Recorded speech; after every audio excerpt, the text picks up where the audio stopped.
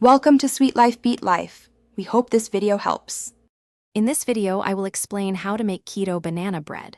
First, gather your ingredients, including 2 cups of almond flour, 3 large eggs, and 2 ripe bananas, mashed well. You'll also need a half cup of your preferred sugar substitute, like erythritol, and a 1/4 cup of melted coconut oil. Don't forget baking powder and a pinch of salt. Preheat your oven to 350 degrees Fahrenheit and prepare a loaf pan. Next, in a large bowl, whisk together your dry ingredients, the almond flour, baking powder, and salt. In a separate bowl, combine the mashed bananas, eggs, melted coconut oil, and sugar substitute. Mix these wet ingredients thoroughly until smooth. Then, gradually add the wet mixture to the dry ingredients, stirring gently until just combined. Be careful not to overmix the batter.